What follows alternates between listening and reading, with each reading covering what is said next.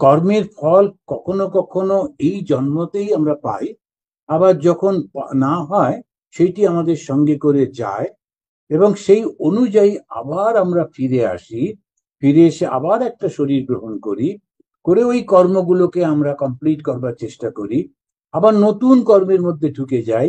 আর এইটাই চলতে থাকে, বারবার বারবার ঘুরতে থাকে, কিছুতেই আমরা এর থেকে বেরোতে পারি না। এই সমস্যাটা থেকে বেরোবার উপায়টা কি, সেইটি ওই আলোচনা করছেন যে এই সমস্যা থেকে বেরোবো কি করে। আমরা যদি বারবার ওই জন্ম মৃত্যু জরা ব্যাধি এর মধ্যে চলতে থাকি, যাদের ভালো লাগে তাদের কোনো অসুবিধা নেই, তারা অবশ্যই করতেই পারেন।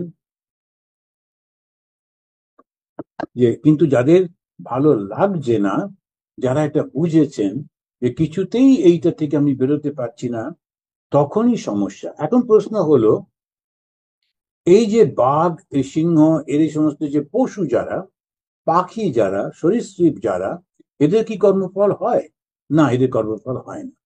আমাদের শাস্ত্রে বলছেন ওরা আগের জন্মে যখন মানুষ হয়েছিল কোনো না কোনো সময়, তখন ওদের খারাপ কাজের ফলে ওই পশু জন্ম হয়েছে, পাখি জন্ম হয়েছে, বা সরীসৃপ জন্ম হয়েছে।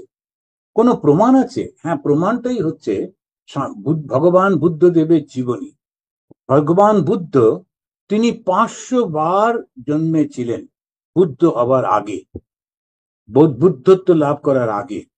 স্বামী বিবেকানন্দ, তিনি যখন সিস্টার নিবেদিতাকে দীক্ষিত করলেন, তখন ওই বুদ্ধদেবের আশীর্বাদই ভিক্ষা করলেন। তিনি 500 বার জন্মেছেন, 500 বার মানুষের কল্যাণ করেছেন। তার নামে আমি তোমাকে জগৎকে উৎসর্গ করছি বলে নিবেদিতাকে উৎসর্গ করেছিলেন, সিস্টার নিবেদিতা মার্গারেট নবর। তো ওই যে 500 বার তিনি মনে করতে পারতেন, এই কারণেতে তিনি বলেছিলেন জাতকের গল্পগুলো। ওর মধ্যে আমরা দেখি কোন সময় তিনি সিংহ হয়ে জন্মেছেন, কোন সময় হাতি হয়ে জন্মেছেন, কোন সময় পাখি হয়ে জন্মেছেন, তারপরে ছোট নানান রকমের ঘরে মানুষের হতে হতে তারপরে রাজার ঘরে আসছেন। এই যে গতিটা আমরা লক্ষ্য করি ভগবান বুদ্ধদেবের জীবনীতে, ওই রকমই হয়। কিন্তু পশু পাখিদের পূর্ব জীবনের কর্মফলটা ভোগ করলেই আবার সে হায়ার লাইফে চলে আসে, এসে এসে আবার মানুষের জীবন পায়, মানুষের জীবনে শুরু হয়ে যায় আবার পরীক্ষা।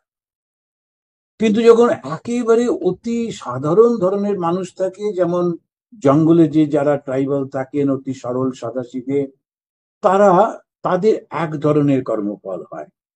কিন্তু যত মানুষ শিক্ষিত হয়, যত মানুষ উন্নত হয়, তার মধ্যে তত বেশি এইটা আরো আরো কঠিন হতে থাকে। কেননা তুমি জেনে শুনে অন্যায় করছো, এইটা হচ্ছে আসল। না জেনে অন্যায় করে ফেলে, সেইটা একটা অন্য জিনিস। কিন্তু যখন তুমি জেনে শুনে বুঝে কিছু করছো, তখন তোমার খুব ভুল হয়ে যাচ্ছে, সেইটি বলা হয় এই কর্মফল।